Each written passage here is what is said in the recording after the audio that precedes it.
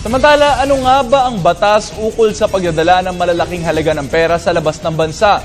Yan ang sasagutin ni Attorney JJ Atienza sa Bisig ng Batas.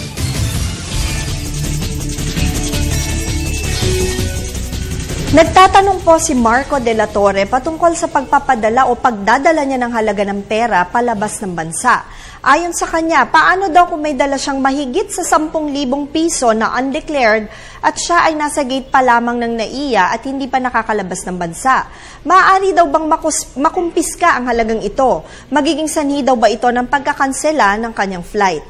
Marco, sa aming opinyon, ang ating batas sa anti-money laundering law ay nagsasaad ng pagbabawal na magpasok ng foreigner ng anumang halaga ng 10,000 dolyar pataas na hindi idinedeklara sa customs. Maaaring magdala ng pera sa halagang 3,000 dolyar o katumbas nito.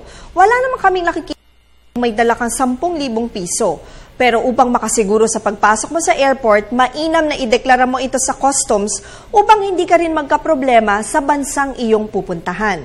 Tandaan na ang aming opinyon ay limitado lamang sa mga impormasyong inyong ibinigay sa amin.